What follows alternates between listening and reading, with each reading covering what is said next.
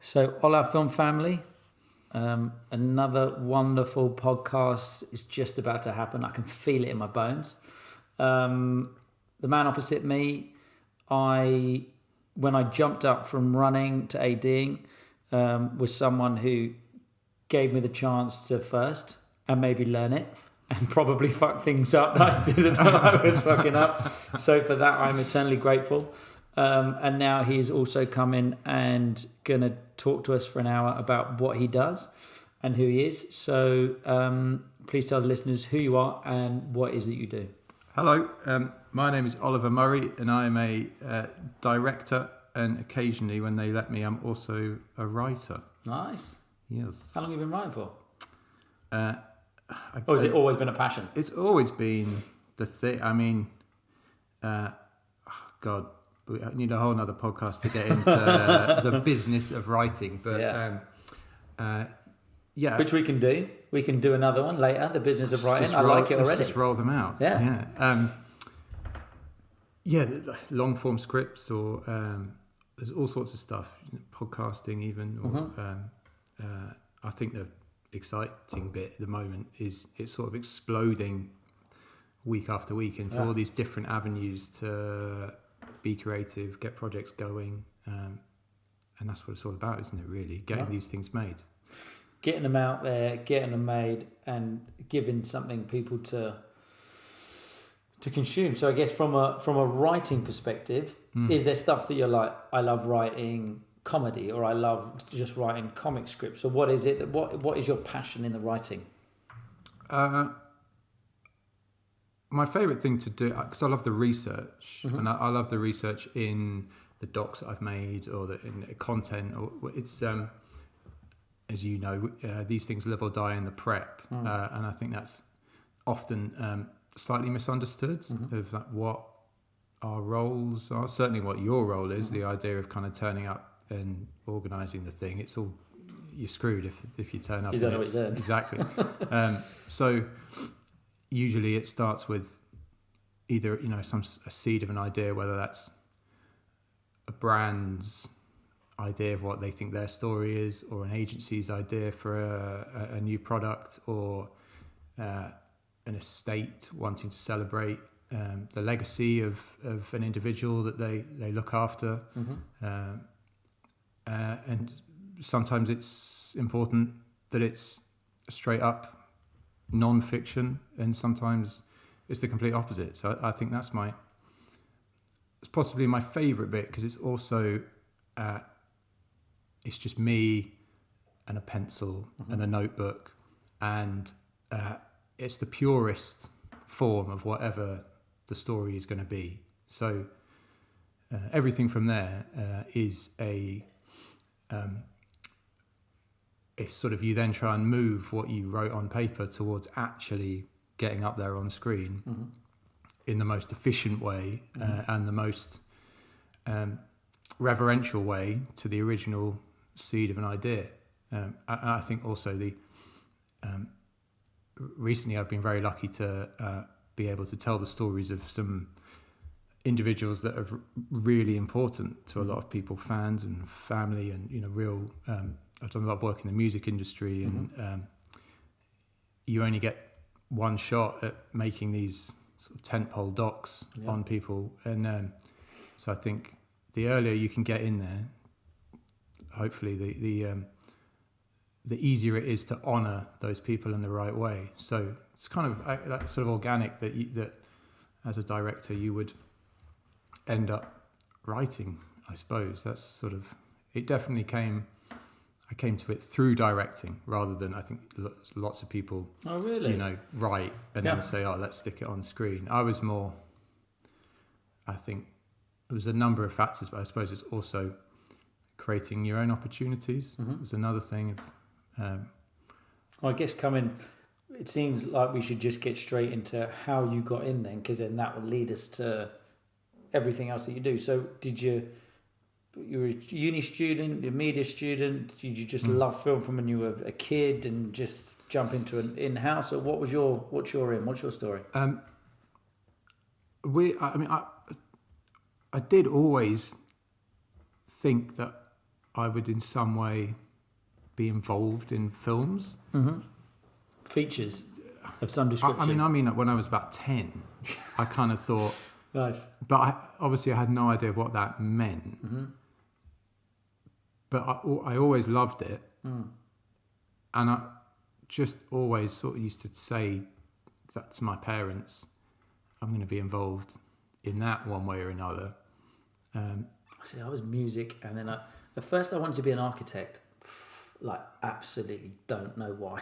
Yeah. I was like, I'm going to be an architect. And I was like, okay, cool. Well, I was like, and then I'm going to be in the music business, and they're like, I can see that though. I can see that, the transferable skills. Transferable skills of telling people what to do. Of the perfect schedule, organising lots of disparate people and things into one place. Yeah, the minutiae of detail. Yeah. Minutiae even. Okay, yeah. Maybe. But yeah, when we... So you've always loved, you knew film was something, I guess looking at the creative on the screen was something that intrigued you. Yeah, as soon as I knew at the age of 16 that I was not going to be a rugby player, which bizarrely was the sort of... you look at me now and think, what? That was cool. Ultimately kind of what I was sort of on the path to doing, and everyone was moving me towards. But you played schools and... Yeah. Nice. And then up into, England? No, I moved into... I was a bit of a soft touch, so I actually moved into sprinting. Nice. Which is pretty dull when you're 16 and want to be out with your mates. And you're just doing 100 metre sprints. Over and over and over. Yeah. Dedication, though, kind of the repetitiveness, that must give you some sort of breeding ground for the dark days of sitting in a room by yourself for 16 hours, researching stuff. I think I'm making up for it by just sitting down in dark rooms instead. The complete opposite. Exactly. No, but then, went off to art school in Scotland. Yeah. To the Glasgow School of Art, which sadly is burnt down twice. Yes. Yeah. And then a real opportunity came when I got to go on an exchange to New York while I was there. And I got a taste of US film school, which is, it's unreal. Really? Yeah. So are the fees. What's day one turning up looking like? Is it like all those high school movies where it's like... Honestly, yeah. Compared to... here, I feel like we do a hell of a lot with basically nothing, and then everyone globally, I think, all gets to the same point. We're all this is such a fantastic country to make films in. Best crews, great companies down in Soho doing all the effects and everything. But I didn't go to film school because it's sort of not really how this country's wired. I think you're sort of encouraged to go off, which I think is a good idea. Like learn a bit more about yourself, figure out who you are. Yeah, and the kind of stories you want to tell, and what you can bring to it. Because I think, as lots of very famous filmmakers have said, you can actually learn the nuts and bolts of it pretty quickly. So bring something new to the table. Having said that, first day in the US where you're looking at trying to make short films and stuff, and it turns out that you can just borrow the school's dolly and track and all the cameras. But the crazy thing about schools over there is you also you graduate with a film degree and you got to pay back a loan for about $250,000. Wow, which is could just make a couple of films for that. So luckily, so how long was the exchange? 6 months. Have you got? So I guess that's $350,000 that you got. Yeah, well, you got about $100,000. My favourite, the first thing that the first thing I did when I got there was I signed a waiver for $27,000 for the time that I would have been there for, which it just I took every opportunity to learn and just get my hands on kit. You know what I mean, and all that stuff. But had you done much at Glasgow, hands on, or was it quite No. a theoretical? Read books, watch films. I think the best thing that I managed to do was, because there was a lot of freedom in Scotland, in the UK. I think what we have, as I say, we have less to play with, but the freedom to work with it. Over there, as you can imagine, if someone is paying £250,000, it's really structured, and it's really kind of, by the time you want to be kicking on in down a particular road, you're kind of tugged backwards to be working through a curriculum that is set and paid for. So I think that was a real opportunity for me to be able to play both sides, and I kind of kicked on from there, really. And what did film school in America do for you? Did you make a film? Did you make a promo? Or was it, again, just kind of, did you do lots of different roles? Or were you like, I'm a director, motherfuckers, let me direct this? I did a little bit of everything, to be honest. So I sort of really loaded up on the skills courses. I was doing, not just camera, but animation, sound design, editing. When we met, you were very much that new wave director that was coming up, which could edit, was editing in their head, was editing on set with things, could do a lot of stuff with animation and cutting things out. So that was, you were kind of part of that group of younger directors that was doing a lot more real time. Yeah. And is that something that you'd practice that in America, or do you just always enjoyed editing and animation? I always liked editing. I still do. I think that is as I moved forward, that was the thing that I think, broadly speaking, directors can either gravitate towards sort of camera or the edit. I mean, you need to be across both, but I shoot for the edit rather than the other way around. It's just whatever angle you're looking at the same outcome. But it was also, when we met, it was an interesting time because I think two things happened. There was a financial crash, so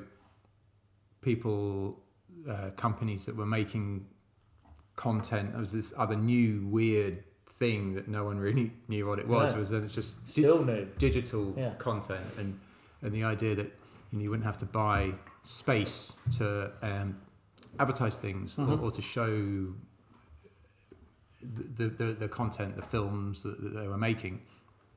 That happened, and because there was this financial crash, instead of spending $200,000 on something, they'll spend 20 or 15 or even 2, for instance. So to sort of graduate and be able to actually get any money at all to start things off was amazing, and pair that with DSLR cameras, the 5D and everything coming out, which I remember shooting on Z1. Yeah. I've still got it. I loved. Yeah, I've still got mine as well. That kind of, that was I think the gateway for a lot of people. Those couple of, because it's sort of gone now. It's as everyone kind of predicted, it would go back to, it's all about lensing it properly and all that sort of stuff. But there was that period of being really blew it wide open. And that's when we started doing the bits and pieces of music videos and all that stuff, which is kind of, you couldn't do that before because you had to have film, you had to have a process, you had to have money behind you. Yeah. Instead of a cameraman that had his own camera person, camera woman, a DOP with their own camera, a director that would edit. Yeah. It was like a crew of 15. 30 kind of could actually be done. Yes, you had your electricians and yes, you had your grips and stuff, but actually the post-production process and some of the shooting process is just kind of structured, just dropped down and streamlined, and yeah, it was a learning curve, especially for me because I was stepping up. Yeah. Oh, I didn't know what I was doing either. Maybe we just both didn't know, so we both convinced everyone that we did. Blissful ignorance of just, this is good, right? This is fine. This is all. Yeah. We're shooting, aren't we? Yeah. No, it all. As long, the results were nice. Those teeds, man. They look nice primos. So they come. Yeah. Doesn't matter how you get there in the end. Yeah, as long as it looks good at the end. I do remember you always used to say that I didn't used to shoot very much. We always used to end the day and you go, you really don't shoot very much. And I just think, God, should I be shooting? Well, I'm just used to, I guess because, you just summed it up there. You're like, you would shoot for the edit because you had that editing background. Well, not background, but you had a nuance and a knowledge, and you would edit these things. Yeah. You wouldn't be a director that's just like, well, let's just shoot a wide, a mid, and a close up and an extreme close up, and I want to do 50 takes on all of them. Yeah. And then I'll let the editor decide, because you're like, I've got to sit through that process. I don't get 2 days with it, Totally. It's that whole look after your future self. I can't remember where I heard that, but that stuck with me. That kind of, if you're going to have a heated discussion or whatever it is with, or sometimes it can be awkward. It's a load of creative people all trying to make the best thing possible. But if you have to sort of tell someone like it is in order to protect yourself, because you're the one with the finger in the dam at the end of the day. Yeah. It's very easy for everyone else to sort of scoot off and pretend that they weren't instrumental in where we ended up. So I think that's another thing. Don't shoot something that you probably don't want to use, because it might get used. Exactly. Yeah. So just don't shoot it. Just don't film it. Just don't. Tip 1: don't shoot anything you don't want to see in your edit. Yeah. Because it can be a conversation, and then I guess the powers that be, the political structure that can be whatever form you're working in. If you haven't got it, can't use it. Exactly. Nice. Yeah. That's it, and that's the end of the podcast, ladies and gentlemen. Exactly. But equally, maybe let's not tell budding young filmmakers to deliberately undershoot, because that is not good either. I guess for kind of growing up, if they don't have an idea of too much of editing, it's like shoot as much as you can. Yeah. Yes, the Clint Eastwoods of this world just shoot exactly what they need. Yeah. But when you're learning, did you when you're starting off, were you mindful of? I guess we weren't shooting on film, so you could just rattle off loads of stuff if you wanted to. Yeah. Did you ever shoot on film? Was that something that, did your background in having worked in film, did that mould your thinking when you're shooting on digital? I think... Or had you been in the processes? Had you been in the environment of shooting on film, and did that have some sort of imprint on you? No, because I think, you can just keep filming if you're shooting digitally, but better than anyone, running the day, breaking it up into manageable chunks and takes and all that stuff. That's not just about saving film. That's it gets talked about a lot, but actually structure helps actors and everyone on set.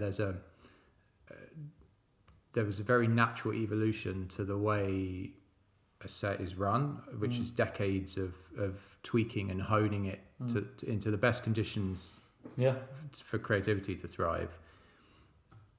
Don't reinvent the wheel. Just because suddenly you can spray the camera around doesn't mean you should, what I mean? So, good point.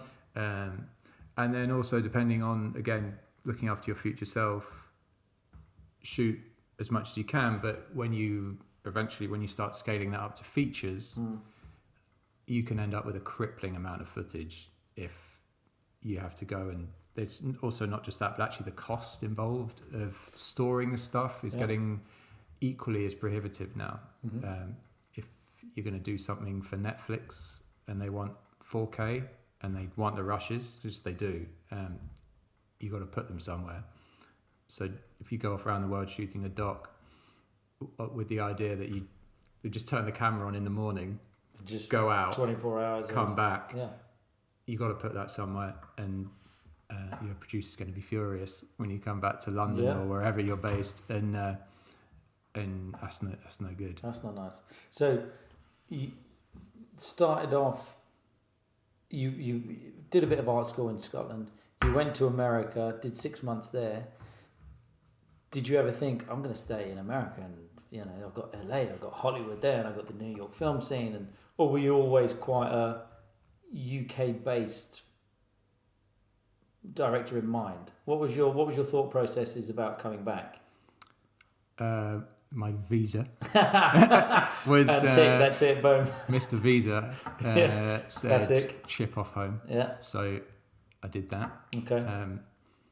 Did you get a degree or something from America? Did you get I had Did you get the a diploma girlfriend with the hat? that I was very sad to leave. That was probably my overriding memory of leaving there. But no, because it was always that it was an exchange scholarship that I was always going to go back. Just a module that you just ticked off, and So I had another year left to do in Glasgow when I got back. Mm-hmm.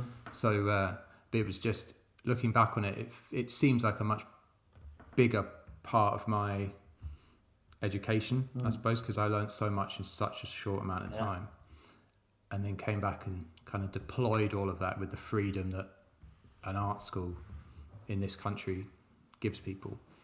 Like videos for friends, and I had a lot of musician friends, and I was a kind of very happy amateur musician.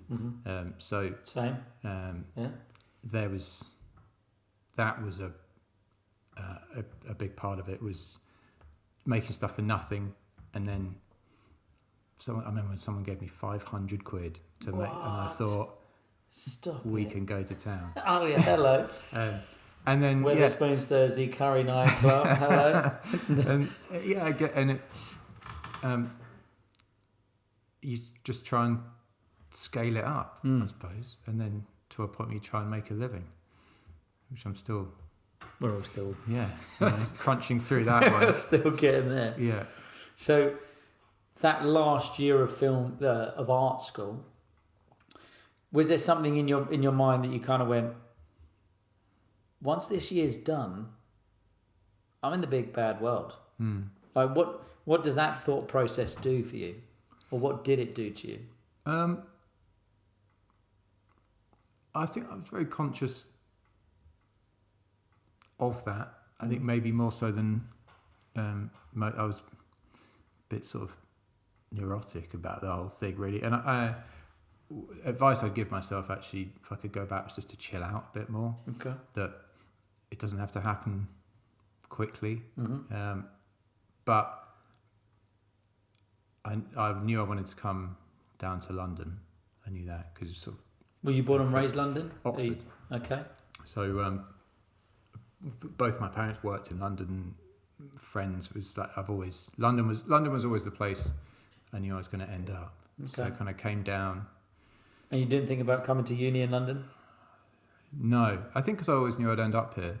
Okay. I've got Scottish family, and that was kind of important to me to spend a bit of time up there again. And so I went and did a really great school, great scene at that point. It still is. Great city. Yeah. Great city. So and to kind of have that freedom of, it's also not anywhere near as expensive. So just kind of work on yourself a bit rather than where you're going to live and how you're going to, the hustle isn't on your back in the same way. So that definitely comes with being down here, and it kind of forces the issue that short films or experiments and things, I guess you can afford to fail if you put yourself in a position like I was in Glasgow, where when I wasn't manning the salad bar of Buchanan Street Sainsbury's, I was spending all that money on films because I could do. So, making films. Yeah, shit ones and experiments and things that working myself out, which kind of, I suppose actually I sort of hit the ground running when we met with the particular video, like for the horrors, for instance, which was a bit of a game changer. It doesn't take very many things. Bulb? Did we have the swinging light bulb in that? Yeah. Oh, definitely. There was definitely that year. A couple of years, it was swinging light bulbs and Vaseline. Yeah, and, Vaseline on the pints in front of lenses. Yeah, and crystals. That gosh. you. Yeah. And try and do what. I don't know what MPC or the Mill do with a 10 quid. 100,000. Yeah, exactly. So, I had a bag of all that tricks. Yeah. No, but that was great. That was because you get. That's also how. I think it's the kind of things that DPs want to do as well, right? Is get to play with experiment. Yeah. So I look back on that time, and there was a lot of that. The wonderful Sam Kennedy, who's now in Australia. Absolutely, yeah. Kind of running the ship, producing it all. Yeah. Getting us all in for peanuts and... Podcasting now. Is he? He is, yeah. I'll have to hit him hard. Yeah, oh yeah. He has a food podcast. Brilliant. Yeah. He looks ripped. He looks good. He does. God damn He it. looks after himself, yeah. There's no Burger King around the corner for lunch. Yeah. Used to try and sit one away from him in meetings so he didn't feel so bad. Yeah. Sensible. Yeah. That I would also say having people like him and people like you and DPs like at the time Alex Reed and Jim Jolliffe and you can't do it by yourself. No. And it's a real mistake to attempt to do that. So there will always be people that are up for stepping in to those roles, and actually a lot of that was I know I guess we'll get to the whole early steps in London thing, but the common factor between all of those people was working for a production company, a commercials production company in London that kind of connects everyone together. So I think without your network of people, which you get just by getting stuck in and not really even thinking too hard about who you're working for, and I mean obviously within reason. But you meet people, and when the time is right, you meet the right kind of people, and there's that catalyst that you go off and make things. Well, let's get into it. So you finished uni in Scotland. Yeah. You've obviously got a first. I'm not even going to question it. I'm not even going to ask you. You've got whatever's higher than a first. You got two firsts. What's the process after that? What do you do? Do you stay in? You were like boom, next day on the train down to London?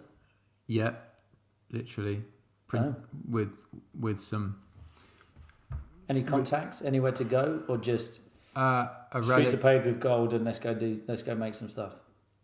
I had a relative that I could stay with, and I had a bit of money saved up from my that 500 quid, my day job, and in Scotland, and lived with my buddy in Camden, and we kind of had a lot of fun for a bit, and then started printing out CVs and just mailed them by hand, I think, just back in the day, around Wardour Street and all that sort of stuff. And what were you applying for? Running. Okay. Internships, work experience, in-house runner. Yep. Yeah. Just to try and get some consistency, just because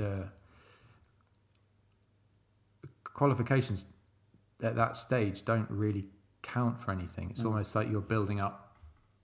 All that stuff is on hold for a little bit because you've got to get your hustle on and enjoy that part of it as well, I think, because you meet so many great people and like-minded people, and it's just a really, if you let it, it's a really, really fun time. I worked at Radical Media briefly, Between the Eyes, which I don't know Between the Eyes. Ben Pugh and Rory Aitken are now 42 managed, massive, but and running on music videos and bits and pieces, and then the real kind of traction, I suppose, was working at Rogue Films, which is where we met. Yeah, and I met all sorts of people. Actually, the podcast did see on. So we just had a chat with her. Who's just taken over the producing game, just smashing it. Yeah, doing amazing. Well, that was always slightly destined, I guess. Great PM. And so how did you get in? What was the in there then? Just turned up one day with a CV and they just went, "Oh, actually, come in. Make me a tea." I'd done a video installation. I mean, I'll tell the story. Because it demonstrates how roundabout it actually is. Yeah. I did an art installation in Glasgow using revolving drums and bin bags and wow. And to make noises or just visually out of sort of rubbish and bits and pieces, I made these kinds of. It was like a flyover, this big revolving drum that revolved towards the camera, and at the degree show that we had there, someone picked it up and thought it might be good for someone like a Greenpeace, or so it was just. So I went in for kind of general meetings with ad agencies, and Jan Elliott, who I think was at WCRS at the time, just did me an absolute solid gold favour and just put me in touch with the guys at Rogue, who he knew at the time were looking for someone. Yeah. And that was that. Through in the door, and those guys were great. And you got loads of contact with the directors in that company. I have no idea really what a lot of the other ones are like, because it's not, I guess they'll all do things their different way, but in-house, from my understanding, if you want to get into production or directing, that in-house step can be really useful, because I don't know if you did it, but some in-house runners say, they kind of make treatments, they talk with the director, they sit in on edits, they kind of do all of those things that directors do and get to learn from them. I think so. I think that's exactly it, because you see that the shoot element of it is obviously it's what everything's building up to, but it's one of the stages in a lot of different jobs. That stages are obviously always completely different, but the consistency is in the pitching process, putting the teams together. When you say putting the teams together, what does that mean? Putting the crewing but also a lot of that can involve, even from the sort of treatment phase of how are we going to get all this together, because once it's down on paper, if someone buys into your idea, you better know what you're up to. Yeah. So you see a lot of those big job changing decisions happening on the fly by people who really know what they're talking about. So I think that kind of gives you certainly a roadmap that you can tailor to the way that you want to make things in the future. But that was the real kind of PhD, for want of a better phrase, in how to do it, I suppose, is just watching it happen for real. And Rogue are a commercials production company. So were commercials something that you hadn't really thought about making, then you got into a big company like that and gone, I want to make ads? Or had you always kind of thought in the back of your head, features, documentaries, writing scripts, that's always still my passion? I think I had a really clear short-term goal, which was, at the time, music videos and short films for the sake of short films, festivals and bits and pieces, and no real clear idea of how I might progress that to features. And in the middle was just this sort of soupy thing that I didn't really understand. I mean, I don't think anyone really does when you start. So definitely, it's like a pinball machine. You're at the bottom. You're like, I know I've got to get to that hole there, but you just let go, and then it's like ding, ding, ding, ding, ding, ding, ding. Exactly, and then and the machine is changing all the time with the industry changing so quickly and everything. But it was definitely a complete unknown of how I might. I guess everyone gets in one way or another to begin with. Yeah. Because they love films and television, and then you get in and you see there's all these other options and all these other really interesting ways of working in the industry that suit all sorts of different kinds of people. So that was a bit of a light bulb moment, actually. That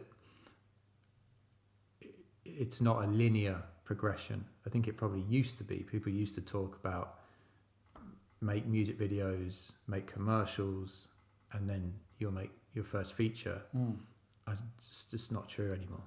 You can come at it any which way, and even the commercials and music videos, that's changed so much that I think sometimes they're as hard to get as anything. So you're as likely to make your first feature yourself with a bunch of people in a van as you are making a music video that is actually a commissioned music video.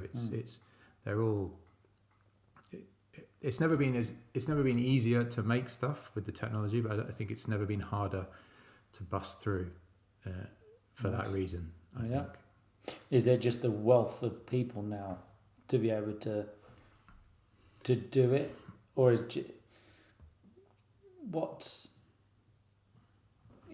the industry is changing? Yeah, it's clear, it's obvious. Content, from a commercials point of view, content is slowly becoming king, if it isn't already. Yeah.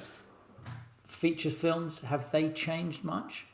Will they change much? Or is the process of finding a great script, getting some great actors, finding your money, getting it onto screen, is that just as easy / hard as it ever was? Films have got harder for sure. TV has actually got, and I mean sort of really big, great TV has actually got easier, because arguably that's the top of the mountain now. You think of these great producers and directors.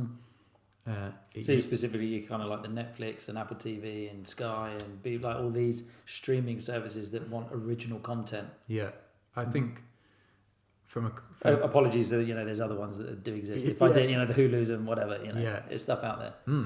But I think that I suppose there's two ways to look at it, but from the creative side, if you have 8 hours instead of 1.5 to tell your story, that's where the real the best storytellers want to be. So that's why Aaron Sorkin's writing TV, because he gets a much bigger canvas. So for and that's why Martin Scorsese gets to make our cliffhanger. Yeah, it's that kind of, and even then that sort of structure is, you can have your slow burn Irishman sort of thing, and you never do that. I really enjoyed 2 years ago. Can you imagine that? You wouldn't have. We were so kind of Avengers heavy. Well, not that I'm disrespecting the thing, but that kind of bells and whistles, as I call it, cinema. And actually, The Irishman, it was like a plateau. It was just a whole 3 hours of plateau. There was, this is it. This was a reality. It was like you're watching the acting instead of, oh, there's a big fight scene. Oh, look at that car flip, and oh, look at that. It was 3 hours of kind of watching basically a documentary. Yeah. Which leads me on to where are you at now with you've been at Rogue, you've learned from some of the directors there in advertising. Did you ever come to a point you go, I want to make TV, or I want to get into documentary? What was your path from where you were then to where you are now? How have you kind of come to that, and where are you now? Well, as I say, I think when the financial crash happened, 2008. Yeah, and that was still. That's still, I think, because it opened up this idea of content stuff as well. That was that. Usually, by that point, I was really sort of immersed in the whole ad world. There was usually content to be had next door to the TVC, the TV commercial. So again, it it was a really fantastic. It was timing. There's a lot of luck involved, and people kind of sometimes say there isn't, but then it's all luck. It is. It's right place, right time. Yeah. But you put yourself in that situation to get the luck. Exactly. Yeah. So sort of, I was really lucky that for that couple of years, which is probably the scariest, where you can't do your job properly as a full-time in-house runner and make stuff. You would just, you just can't. Out. Yeah. No. So I was lucky that I was able to go freelance, and for one particular year, kind of just be able to, things came in and I was able to make those, and then come back and work at Rogue or wherever I was going into agencies, because agencies were starting to do their own thing as well. Yeah. It's like a whole another conversation. But that was interesting, because as it was all finding its feet, I was freelance and nimble enough to plug into wherever I needed to plug in, make a living, making work. And then a couple of those things sort of fired and caught people's attention, and I started to make short docs. Really, how long is a short doc? Anywhere from 90 to 3 minutes, sort of thing, for things like 90 seconds to 3 minutes. Yeah. Okay. You're saying 3 minutes to 90 minutes. I was like, that's a decent doc. What can you tell? Wow. I guess it's kind of like a music video of sorts, but what kind of story can you tell in 90 seconds? Is it a smattering of something that then can build into a bigger project, or is it a full-on beginning, middle, and end? I think that's a really hard question to answer succinctly. Okay. But you do need to. There's no wastage there. No. You cannot. No. Even you're probably talking frames. Yeah, which is sort of, again, going sort of back to this sense of making sure that you shoot what you need. It's sort of also, even just coming in here today, I was sort of reflecting on kind of what if I could draw a line from what I was doing early doors to now, and it is maybe just. It's just having a view, having an opinion and a viewpoint on whatever it is you're shooting or whatever the story is, and that naturally provides the parameters that you arrive late, get out early, as they say, in on a story that is compelling to you. And I think if you maximise the impact and shine a light on the things that you find emotionally engaging, other people will too. I think it's just sort of backing yourself, and also when you're starting out and you're not getting that many opportunities to work, it's only natural that you start trying to write treatments that you think will land with the gatekeepers, the people that are going to finance what it is you're doing. But then are you just kind of repeating what's already out there because it's being made? And I did do that for a bit and made some of my worst. That was literally, and it happened quite quickly, and I realised, and it was embarrassing really to try and, I think. Did it pay well? Was there the flip side of it that actually you were making some money out of it? Yes, but it was more the volume actually at that time. It was more, like I say, that the opportunities were there to make things that weren't particularly well funded, but that meant, my producer and I think we made one video a fortnight for, quite a while. You were kind of rattling them out. And it worked to begin with, but then it was hard to keep on. It was hard to keep things on track, I suppose. And it does, as you know, it doesn't take much for something to go a little bit wrong, or the weather to be slightly off, and suddenly you shoot those out. Yeah, and so I think, I did it because I needed to pay my rent, but I also probably kind of stunted the trajectory that I was on a little bit by just not looking after it's such a. I mean, I'm still doing that now on a different scale, I suppose, and I'm still trying to work it out and still trying to make good work and also, make money, which is at the very guts, I guess, of what everyone's trying to do in this industry. So where are you at now? What are you doing? What's been the last project? So I worked with a company called My Accomplice on my first feature.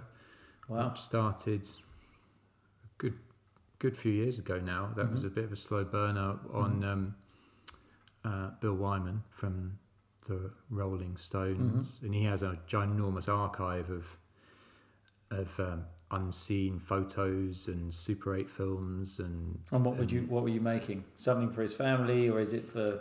No, that was we pitched the idea to Sundance Selects at Berlin, they're part of IFC in the US. What's IFC? Sorry. IFC is a US film distributor. Okay. So that was my first kind of full fat theatrical documentary, and that took about 4 years on and off. Wow. For all sorts of reasons. Bill got sick in the middle of it and all that stuff. But filming him, or just interviews, or following him around, or just going through all of the archives and creating something? Or what did your prep for that look like? Were you given a brief and then you've gone, right, well, I've taken your brief, I think I could maybe even do this with it? Yeah, I think so. Loosely, the brief was go and look at the archive, go and meet the guy, and pitch your vision for turning this into a movie about his experiences growing up and being a Rolling Stone for 30 years. So it was an amazing thing to be asked to do. I never got the producers drunk enough to find out how far down the list I was. But yeah, that was that. I guess that kind of was an opportunity to pour all of that learning from all these different jobs that I'd done and different experiences to put that all together into a first feature. And we went to... Is it out? Yeah, we went to Tribeca last year. What's it called? It's called The Quiet One. And where can we find it? So it's in the US currently, and then this year we're going territory by territory, kind of going, and I'm off to Greece in 2 weeks to release it in Greece and Turkey and everything, and hot places during the winter, and then exactly, yeah. So the US was obviously a massive market, and that was so we've that was all done. That was a lot of fun going over there, and it's just mad how it pops up in. I think it's been on TV in Russia, and it's been on Sky in New Zealand. What does it come up? Is it like directed by, or is it like, where do you fit into all of this?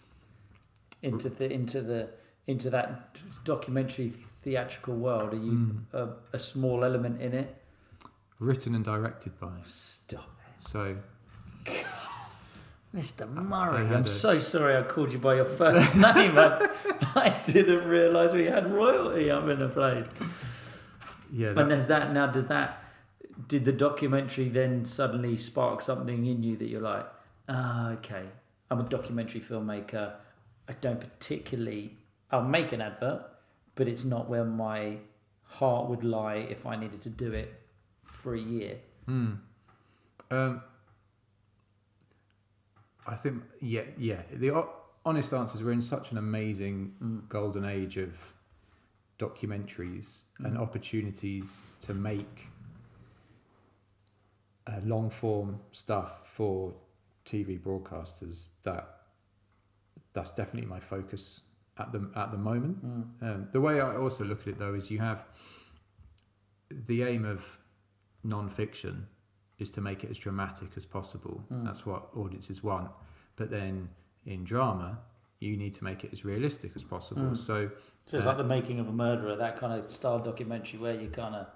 It's kind of, at the end of the day, it's you actually meet in the middle a lot more than I think people might first suggest, because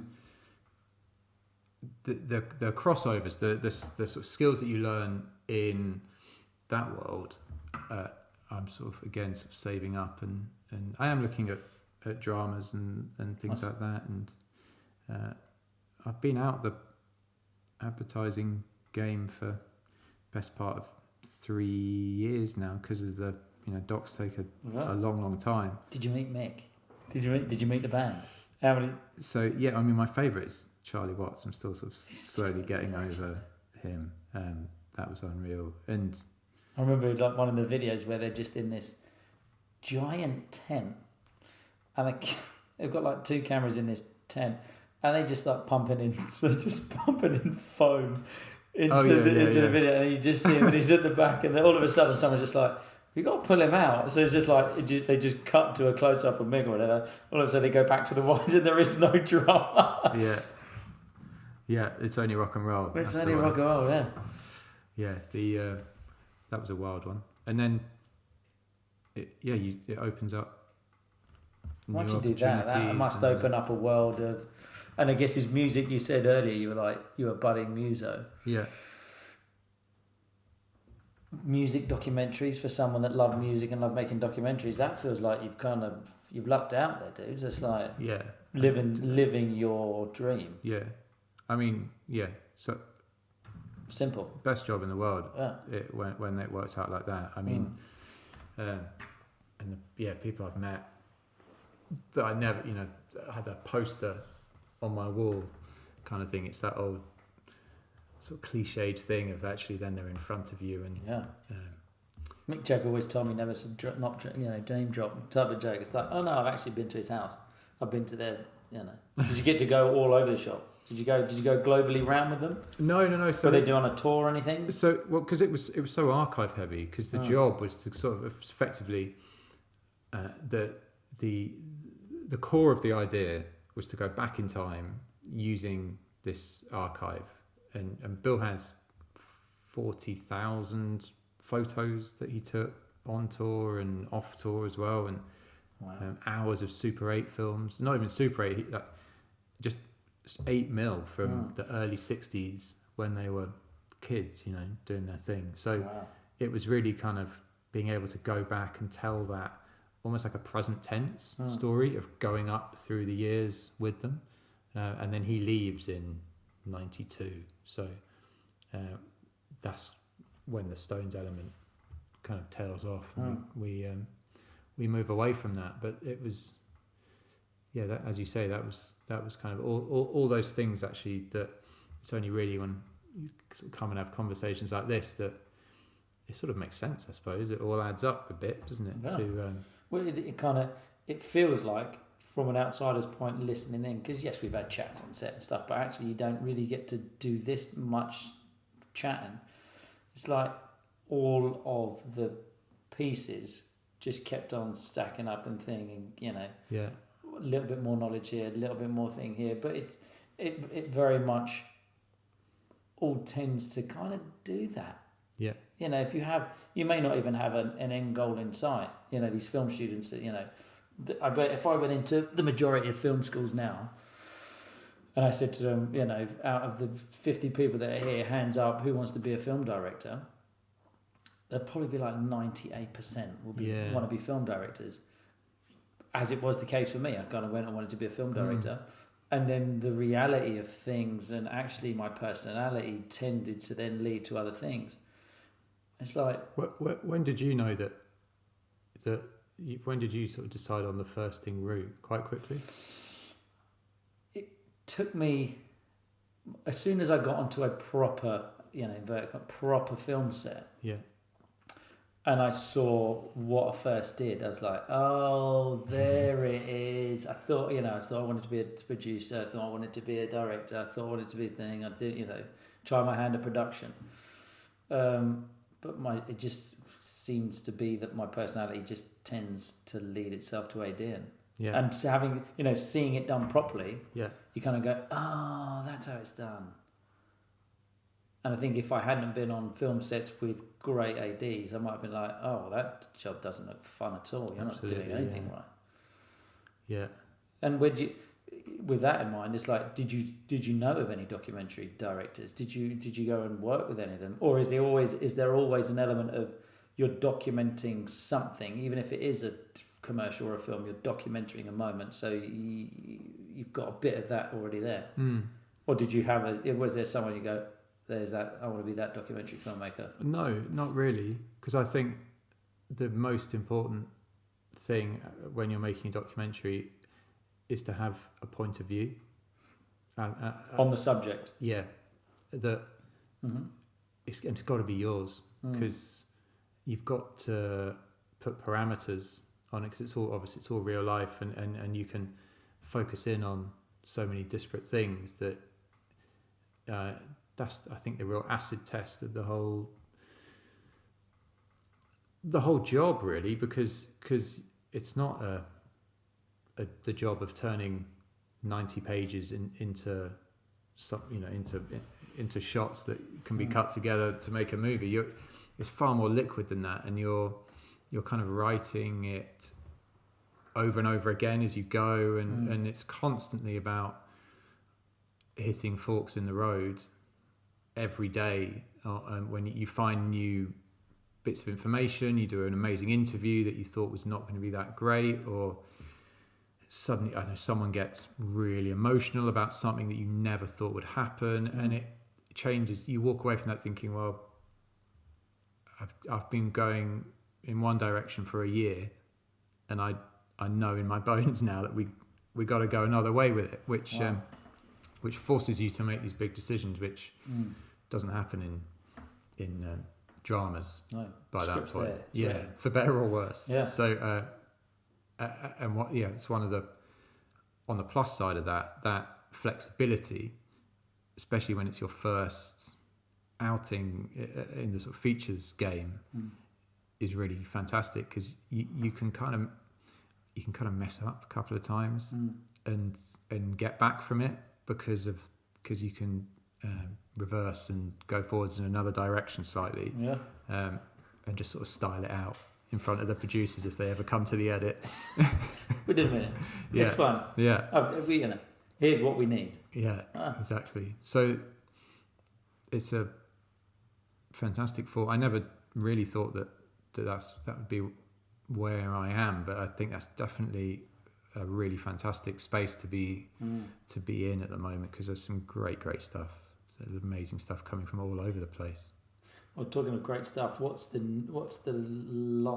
latest thing that you've done? Anything that we should keep our eye out for? I just finished my second feature doc, which is a film. It's called Ronnie's, and it's about the life of Ronnie Scott and his jazz club. Yeah.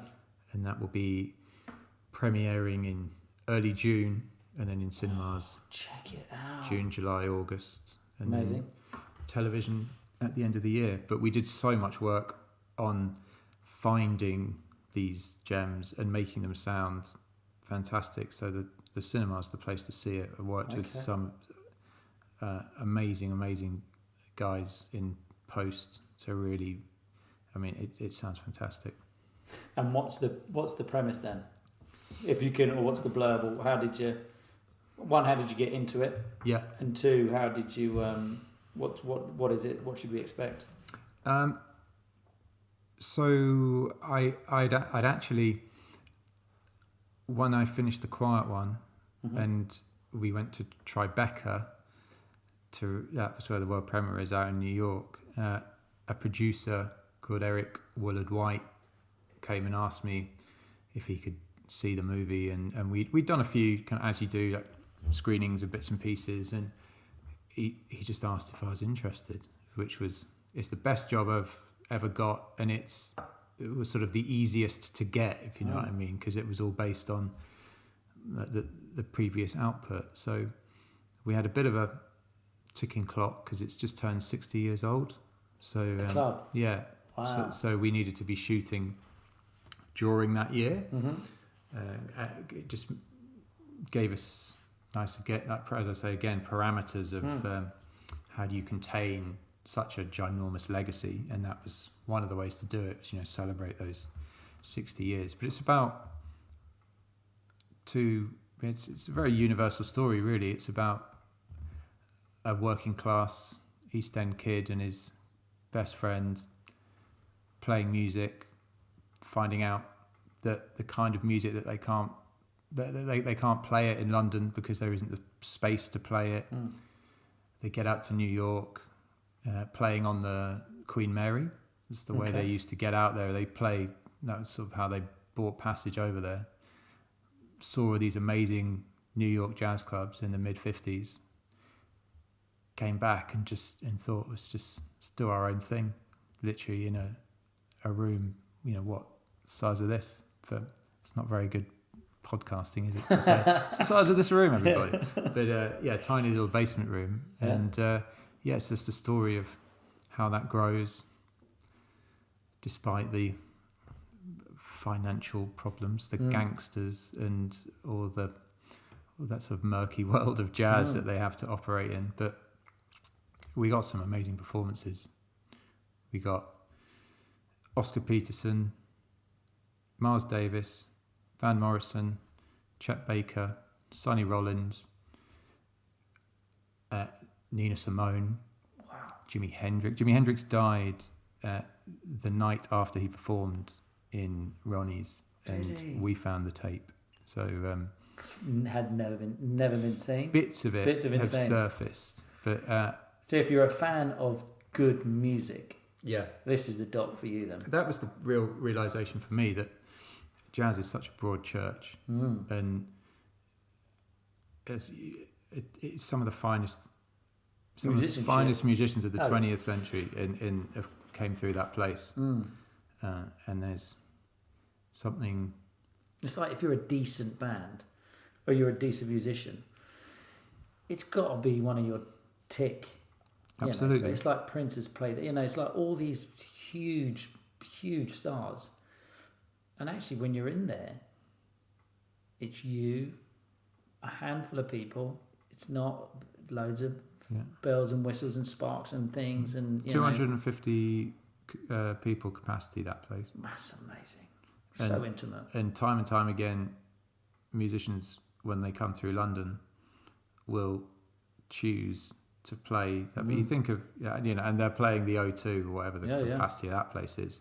And they all, if you've got playing chops, you test it out in that place for sure. So that was a real. And when's that coming out? That's coming out. So it will start to emerge through Fab. I've got to be careful. I don't give too much. But June 2020. It will start to roll out. It will start to come out in various forms. Cinema, TV. Yeah. Okay. Yep.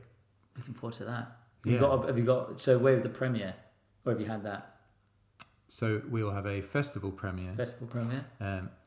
Which I can't talk about. Okay, then I won't ask any more questions. But we'll have a big party in London. The film.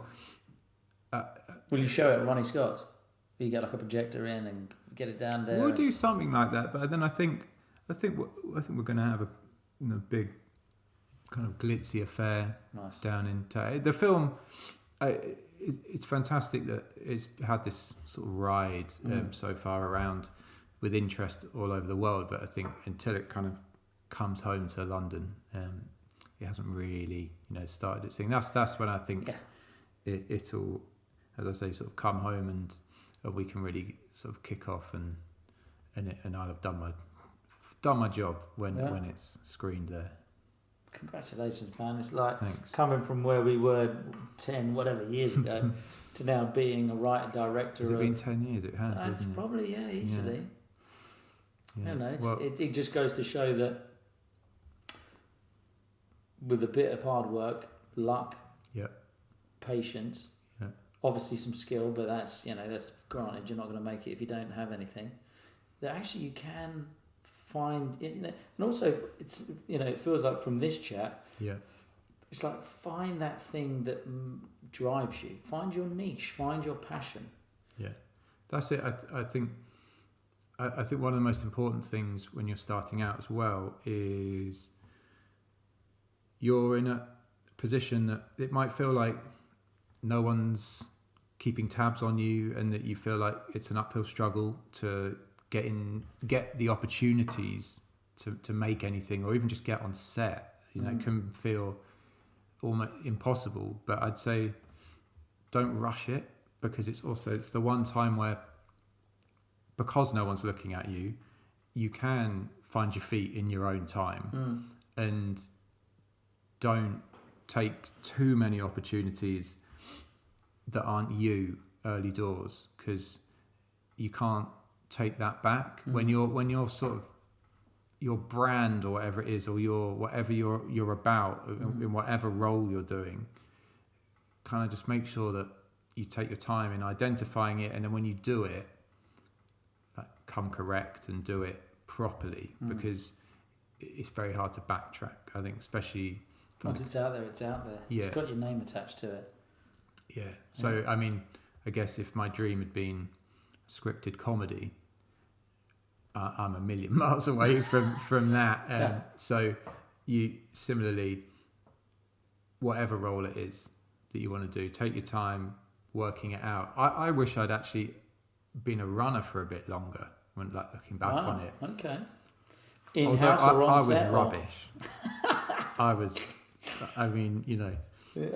I was the guy that sort of at the end of the day, when it's like, I'll go and get the bin bag, I'd snag the bin bag and actually just leave a trail of all the crap across the just follow the shit out the door. Exactly. Just all the food, just follow the trail of food waste that he's accidentally thrown around. That's interesting that you say that, because I bet, some people are like, I've got to be a good runner, and I do this whole this mail out service, and actually tomorrow's that's going out is how to be a good runner. And one of my things is like, not every great crew member was a good runner. Yeah. It just doesn't, just because you can't, just because that isn't your thing. Yeah. Doesn't mean that you can't do any of the other jobs. Yeah. Exactly. But, no, exactly. Well, look, we're hitting that, we're past the hour. Holy moly. Really? But I guess any people or projects or anything, I know we've spoken about the Ronnie's doc. Is there anything else that you want to talk about? Anything else you want to big up?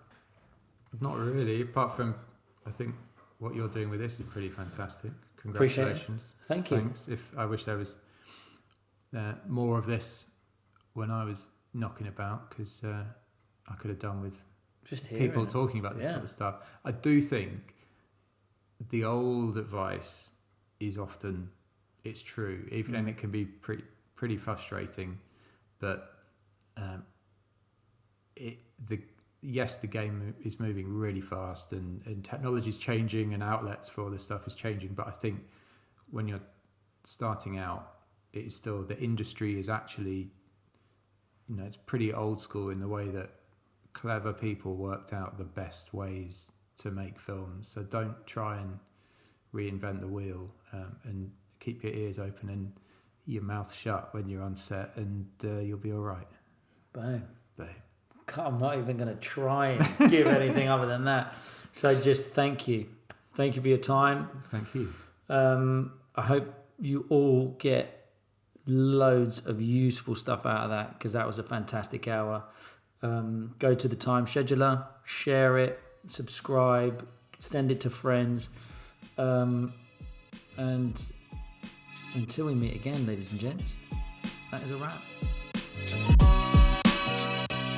So that was a chat with the king or queen in the game. I'll give it a shout at the end so you all know the name. It's the Film Gods Podcast. The what? The Film God Podcast.